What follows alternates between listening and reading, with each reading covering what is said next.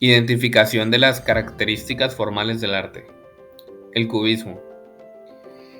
El cubismo fue un movimiento artístico especialmente pictórico, de vanguardia que surgió a partir de las investigaciones que Pablo Picasso, Georges Braque y Fernand Léger iniciaron alrededor de 1907.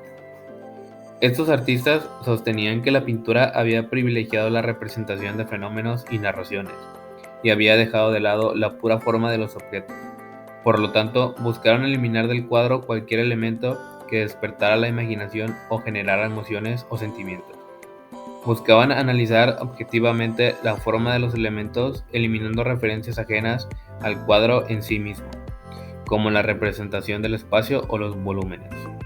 El nombre cubismo proviene de un artículo del crítico Louis Bauxelles, quien escribió que Braque reducía todo a esquemas geométricos y cubos. En características generales, como bien lo mencioné, el cubismo fue un movimiento artístico, el cual surgió alrededor de los años 1907 y 1908. Algunas de las características o cuatro de las principales características de este movimiento artístico son la aplicación de múltiples perspectivas, el uso de formas geométricas, el uso de una paleta de colores monocromáticas y el uso de un plano de imagen aplanado. En cuanto al uso de múltiples perspectivas, los cubistas pretendían representar en sus cuadros toda la estructura de los objetos y las personas sin utilizar técnicas como la perspectiva o el sombreado graduado para darles un aspecto realista. Querían mostrar a sus sujetos tal y como eran realmente, en lugar de crear una ilusión de un objeto o persona. Formas geométricas. Las imágenes de tipo cúbico, así como otras formas geométricas como conos, esferas y cilindros, aparecen a menudo en las primeras pinturas cubistas y más adelante en las esculturas cubistas. Los cubistas consideraban que podían representar la forma de un objeto con mayor precisión utilizando formas geométricas para representar sus distintos lados y ángulos. El uso de formas geométricas sustituyó a técnicas como la perspectiva y el sombreado, que también acentuaban a la planitud bidimensional del lienzo. Por otro lado, otra de las características principales, pero solamente en un principio de este movimiento artístico, fue el uso de colores o de colores monocromáticos. Los colores brillantes no se utilizaron normalmente en las pinturas cubistas hasta mucho más tarde en el movimiento. Los primeros pintores cubistas preferían los tonos grises, negros y ocre, apagados a los colores vivos, como el verde o el rosa. Una combinación de colores simplificada hizo que se destacara más la estructura y la forma del tema. El plano de imagen aplanado. El plano del cuadro se conoce comúnmente como la superficie del lienzo. Sin embargo, antes del cubismo, la pintura ilusionista trataba el plano del cuadro como una ventana a una escena, en la que los temas se representaban y los pintores creaban la ilusión de realidad dentro de la obra. Los cubistas rechazaban la ilusión y creían que todos los elementos de un tema debían ser visibles en el plano del cuadro. Los cubistas también pensaban que era una representación más honesta de la realidad en comparación con sus predecesores más tradicionales o académicos. En este movimiento se suelen establecer dos momentos muy importantes. El primero de ellos es el cubismo analítico, el cual comenzaría a finales de 1909. En este, el objeto se analiza, se desarma conceptualmente en todas sus facetas y se plasman todas sus partes como superficies planas. En esa etapa predomina la monocromía. Por otro lado está el cubismo sintético, el cual inició aproximadamente en el año de 1911. En este, el objeto se sintetiza mediante el acto creativo del artista, que filtra la realidad y representa solo aquellas partes que le interesan. En este periodo aparecen objetos adheridos al plano que hacen referencia a lo representado. Principales artistas cubistas de la época. Fernand Léger fue un cubista muy personal que además se adelantó al futurismo, al art déco y al pop art. El artista nace en el seno de una familia campesina francesa y empieza a trabajar como dibujante de arquitectura. No consigue una plaza en Bellas Artes, pero visita asiduamente el Museo del Louvre y las galerías impresionistas, donde probablemente aprendió más. Al igual que Picasso y Braque, su vida cambia al descubrir a Cézanne, pero se aleja del cubismo ortodoxo para dotarlo de un colorido propio y una temática orientada a la iconografía de la máquina. Algunas de sus principales obras son la de Desnudos en el bosque, la cual realizó en 1909. También está la de Contract of Force de 1914 y por último Soldier with a Pipe en 1916. Georges Braque, pintor francés. Fue un pintor francés. Su cubismo pasó por dos momentos. En el primero pintó superficies superpuestas y planos con ángulos que se componen a base de cubos con tono de poco cromatismo. En una segunda etapa desarrolló lo que se conoce como cubismo analítico, en el que los objetos se descomponían con formas irreconocibles. Sus obras principales o más representativas son la de Naturaleza muerta con copa y periódico, realizada en 1913. También está la de Violín y jarra, la cual la realizó en 1909 también. También está Paisaje en Le Steak en 1908 y también Vaso sobre la mesa en 1909. Juan Gris. Juan José Victoriano González Pérez, o como prefería ser llamado Juan Gris, fue junto a Picasso y Braque uno de los líderes del movimiento cubista que se estaba causando estragos en la percepción del arte tradicional en aquel París de principios del siglo XX. El suyo fue un cubismo, por cierto, mucho más estilizado y suave que el de sus dos compañeros. Con el tiempo se distanció de Picasso y se le acusó de no evolucionar demasiado en cuanto a su pintura. Continuó siendo fiel al cubismo, aunque dándole un poco más de color a la cosa. Entre sus obras principales está Bodegón con botella de Bordeaux, realizada en 1919. También está Guitarra y Pipe en 1913 y Amanis in Café en 1913. Pablo Picasso. El escultor y pintor malagueño es, junto con Georges Braque, uno de los fundadores del cubismo. De hecho, se dice que el movimiento comenzó en 1907 con una de sus obras, Las señoritas de Aviñón.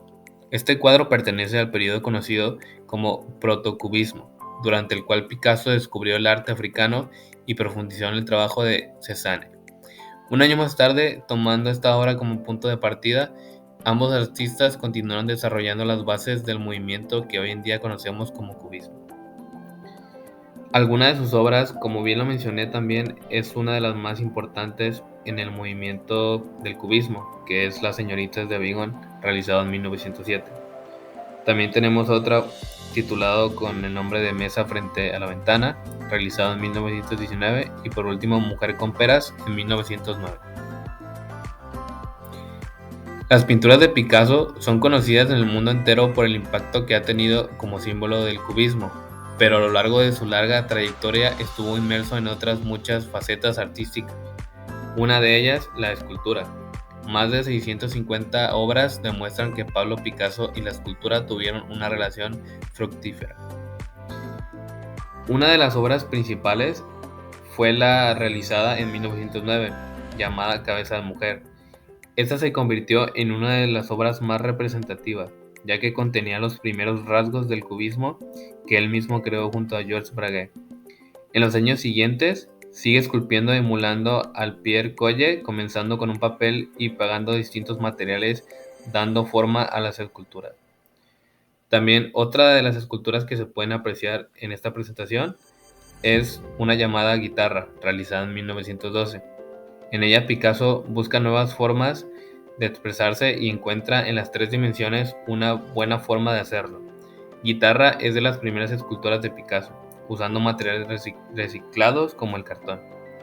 También está la otra que se llama Cabeza de Toro, realizada en 1942, creada a partir de dos piezas muy simples, un millar y una silla de bicicleta.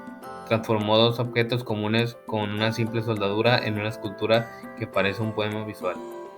También está Babuino y Joven, realizada en 1951. Esta pieza representa un mono con su joven cría. Fue realizada por el artista con varios componentes que tenía en casa, como un vaso y una jarra grande. Por último está Footballer. Picasso no era muy dado a los deportes, pero dejó su marca con esta escultura de chapa de madera recortada, una obra que es sencilla y compleja al mismo tiempo, como la escultura del toro. Albert Gleiser. Este también fue un artista muy importante en el cubismo. Destacó no solo por por su faceta artística, sino también por ser uno de los principales teóricos del movimiento. En 1912 publicó junto con Jan Metzinger el libro de Du Cubisme, en donde explicaba las bases de la nueva corriente artística tras el estallido de la Primera Guerra Mundial. Se mudó a Nueva York y más tarde a Barcelona, dedicando parte de su tiempo a la escritura e incluso a la enseñanza a través de conferencias, seminarios, etc. Algunas de sus obras más representativas son Retrato de Jacques Nairan en 1911, Paysage en 1914 y por último Portrait of Igor Stravinsky en 1914. Escultores cubistas. Alexander Archipenko. Alexander Archipenko estudió figuras griegas, arcaicas y egipcias en el Louvre en 1908. Cuando llegó a París, él fue el primero, según Barr, para trabajar seria y consistentemente en el problema de la escultura cubista. Su torso, titulado Héroe en 1910, aparece relacionado estilísticamente con Les Demoiselles de Abingo de Picasso, pero en su enérgica torsión tridimensional es completamente independiente de la pintura cubista. Algunas de sus obras son Blue Dancer, realizada en 1913, Carrousel Pierrot en 1913 y The Boxers en 1914. Por último tenemos a Józef Szanski, el cual fue un artista de vanguardia, escultor y artista gráfico húngaro, mejor conocido por su temprana participación en el cubismo movimiento como escultor. Szanski fue uno de los primeros escultores en París en aplicar los principios del cubismo pictórico a su arte. Pionero de la escultura moderna, Szanski es uno de los escultores más importantes de principios del siglo XX. Alguna de sus obras más importantes es la realizada de Tête de Homme en 1913. También está el retrato cubista de 1914 y por último el de vista frontal y lateral de Tête en 1920. El fauvismo. El fauvismo fue un movimiento gráfico originado en Francia entre los años de 1904 y 1908. Este fue un movimiento que se caracterizó por la manera como era empleado el color y la técnica en estas obras. Es considerado como un claro ejemplo del expresionismo, el cual se fundamenta en el significado en que las imágenes daban un mensaje del artista, que esto causaba sentimientos, sensaciones, estados de ánimo en el receptor del mensaje. El fauvismo surge en París de las vanguardias, es una verdadera explosión artística y científica, que entre otras muchas amplificó la reforma y la replanificación de la ciudad por Georges Eugène, la introducción de la electricidad y del automóvil. La influencia del fauvismo en las vanguardias fue amplia y se pueden observar de diversas formas artísticas de la época. Su estilo fue reproducido por artistas de Bélgica, España, Hungría y otras naciones que adaptaron los postulados fauvistas a sus tradiciones. Algunas características del fauvismo eran la exaltación del color, instinto de impulsividad, desinterés por la perspectiva y el modelado, trazos espontáneos y sueltos. Algunos artistas fueron muy reconocidos y fueron considerados como padres del fauvismo. Entre ellos el artista Henri Matisse, que fue uno de los pintores más reconocidos de la época. Hizo sus dos obras más importantes para él, que fue la de Mujer con sombrero en 1905. Para Matisse, La mujer con sombrero marcó el inicio de un viaje hacia un nuevo estilo expresivo. Y también La raya verde, que fue creado en el mismo año. La raya verde, Matisse lleva su audaz uso del color al extremo, pintando una línea verde en el centro de su rostro, lo que para Matisse fue una de sus obras que marcaron un nuevo inicio a su época del fauvismo. Entre otros artistas también está André Derain, que fue un pintor. También entre sus obras más destacables fue El pintor y su familia, Charing Cross Bridge, que fue en 1906, y otra pintura que para él la mayor parte de su obra de estas épocas son paisajes tanto rurales como urbanos, y se enfocaba en la urbanización. También entre otro conocido fue el artista Albert Marquet, que él pintaba o tenía una caracterización sobre mujeres o rostros desnudos, que pintaba obras. Sus pinturas a menudo mostraban paisajes desde la vista de una ventana. Su amigo Henry Matisse compara las obras de Marquet con las del pintor japonés Hokusai. Bien, ahora vamos a hablar sobre la abstracción lírica y la abstracción geométrica. Antes de comenzar es importante que reconozcamos qué es la abstracción en el arte. El arte abstracto emplea formas y perspectivas que no son una copia de la realidad, aunque aparentemente pues pareciera que tienen lógica. Estas proponen obras mucho más libres e innovadoras, una interpretación que queda a cargo del espectador. Este estilo surgió a inicios del siglo XX y perdura hasta nuestros días. En pleno 2023, si tú quieres buscar obras abstractas, encontrarás un mercado bastante amplio y bastante monetizados. Resaltan autores asiáticos, europeos, americanos, latinoamericanos, sobre todo latinoamericanos en lo que es la escultura. La abstracción lírica se diferencia de la abstracción geométrica por pequeños detalles pero muy potentes. La abstracción lírica es una tendencia que se desarrolló en 1910 y toma usualmente como referencia para marcar el comienzo de la pintura abstracta. El tema que se desarrolla en los pintores usa mucho los colores. Esta corriente hace un fuerte énfasis en los tonos, ya que se trabajan con mucha profundidad y firmeza, buscando una armonía con los aspectos cromáticos. Podemos ver en la obra de Robert Delaunay cómo él se autorretrató usando colores completamente tenues y los cuales todos dan un mensaje distinto. A mí, por ejemplo, me parece que se autorretrató con un traje muy serio, muy frío, muy apagado, y pintó dentro de su rostro colores de acuerdo con sus emociones. Rosas de que estaba exaltado, de que estaba excitado, azules de que traía la mente en otro lado menos donde debería de. Y detrás de él hay colores azules, naranjas y rojos, los cuales proyectan las emociones, el momento por el que estaba pasando. Muy probablemente este artista estaba tratando de comportarse a la altura en algún lugar público, pero detrás de él traía emociones y estaba pasando por alguna circunstancia muy difícil. La abstracción geométrica, en cambio, diferencia de la abstracción lírica por el uso de las figuras geométricas, vaya. Esta usa figuras geométricas simples que no tienen ningún significado figurativo. La mayoría de estas obras se caracterizan por utilizar figuras unidimensionales frontales y a veces solapadas entre sí, dentro de un espacio usualmente blanco o de colores que no resaltan. Muchos artistas del siglo XX buscaban en la abstracción geométrica un nuevo arte más puro y espiritual. Para ellos, las líneas, el color y la superficie eran elementos concretos. ¿A qué voy con esto? Que representaban mejor las formas de la naturaleza.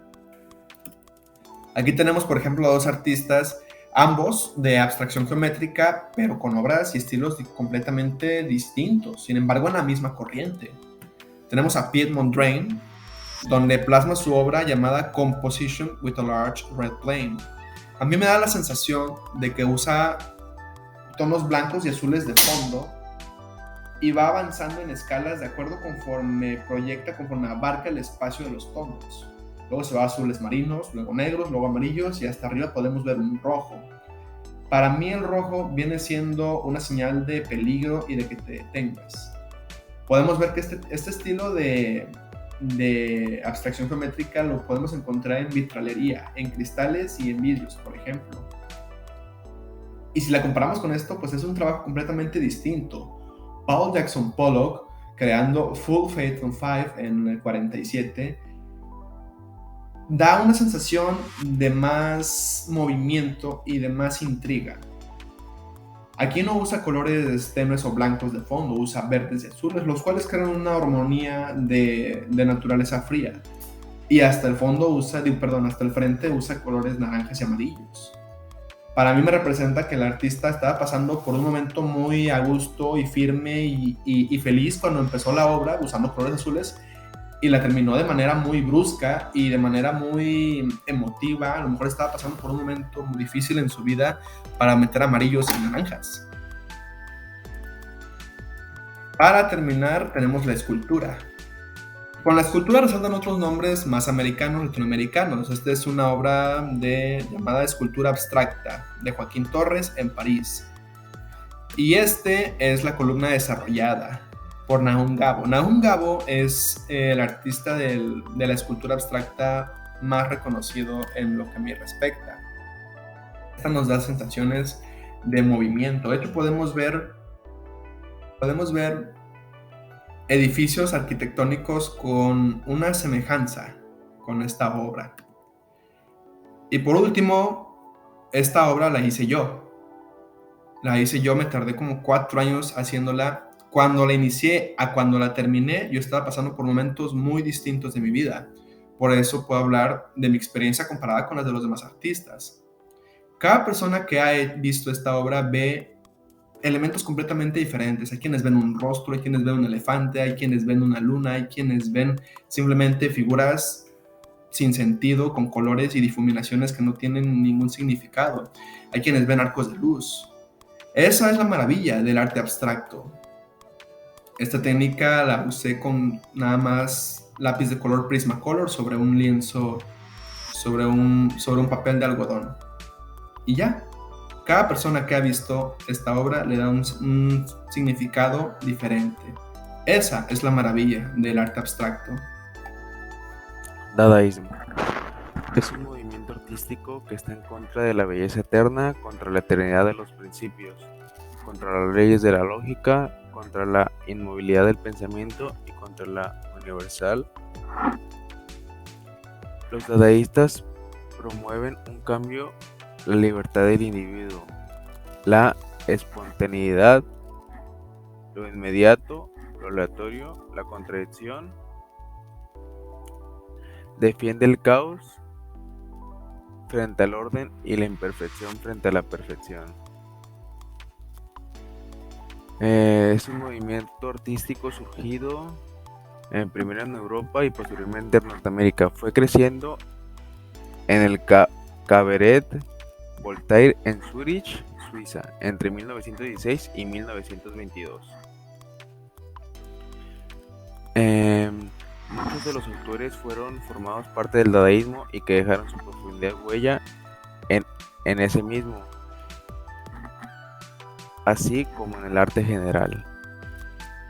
En este caso sería el caso de Marcel Duchamp, que es un artista muy conocido que a continuación lo veremos más a detalle, y que tiene entre sus trabajos más emblemáticos la arquitectura de tus huesos. La influencia del dadaísmo hace que en la actualidad todavía se debata sobre qué es el arte y qué creaciones deben ser consideradas como artísticas. La ausencia de reglas fijas y convenciones que promulgan el dadaísta aún tiene vigencia para muchos artistas. Algunas de sus características que destacan fue que consolidaban el movimiento como un estado de ánimo más que como una propuesta artística determinada. Renunciaron a las técnicas artísticas tradicionales, incorporaron el uso de materiales industrializados de uso cotidiano. Buscaban escandalizar a los espectadores y provocar una reacción emocional o intelectual. Consideraban que el arte era un ejercicio de libertad para ellos. No era artista quien dominaba una determinada técnica, sino quien era capaz de ejercer su libertad. Rechazaron los límites entre las disciplinas artísticas. Un objeto o una acción dada no puede ser clasificado como pintura, escultura, poesía, etc. Autores y representantes del dadaísmo. Algunos de los que destacan son Tristan Tzara. Es el autor dadaísta más destacado, ya que es considerado el padre del movimiento y el máximo exponente. Creó el manifiesto dadaísta, en el que se recogía la ideología y la base de la corriente. Jean Art, junto al otro mencionado, también es considerado como uno de los fundadores de dicho movimiento. Se caracterizó por cultivar tanto la pintura como la poesía dadaísta. La obra que destaca es Collage, un cuadro ordenado de acuerdo a las leyes del azar. Marcel Duchamp fue otro de los artistas del dadaísmo más reconocido. De origen francés, su obra fue muy influyente para la evolución de esa estética. Guillaume Apollinaire, poeta, novelista y ensayista. Fue muy conocido por poemas de caligrama, se considera tanto surrealista como dadaísta.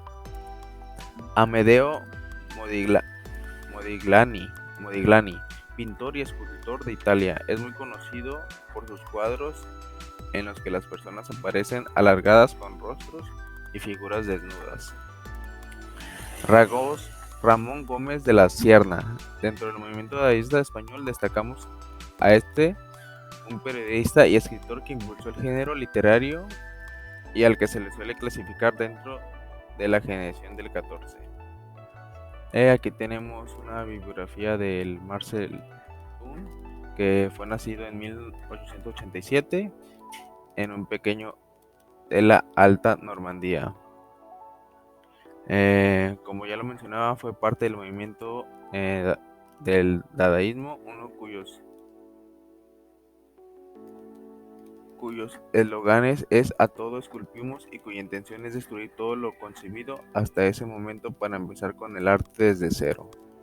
Era lo que él mencionaba.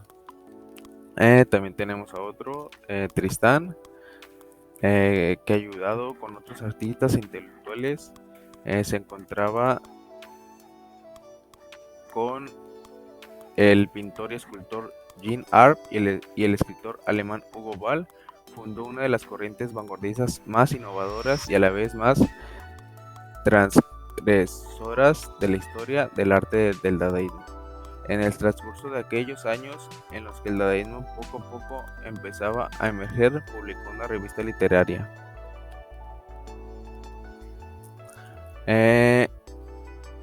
Amedeo.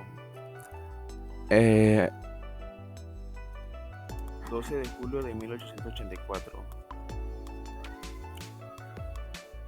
Es conocido por sus retratos y desnudos en un estilo que se caracteriza por el alargamiento de los rostros y figuras no bien acogido durante su vida. La obra es profusa en pinturas y dibujos. Como se puede mencionar, hace arte de figuras, de rostros y también figuras desnudas. Hans, también nacido en Estrasburgo durante un breve periodo siguiente a la guerra prusiana, cuando la zona era conocida como Alsacia-Lorena.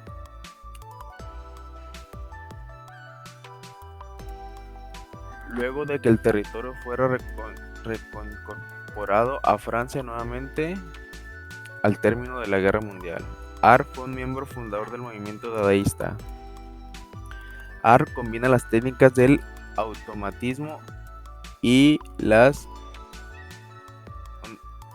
oníricas en la misma obra, desarrollando una iconografía de formas orgánicas que se ha dado a llamar escultura biomorfóbica, en la que se trata de representar el orgánico como principio formativo de la realidad.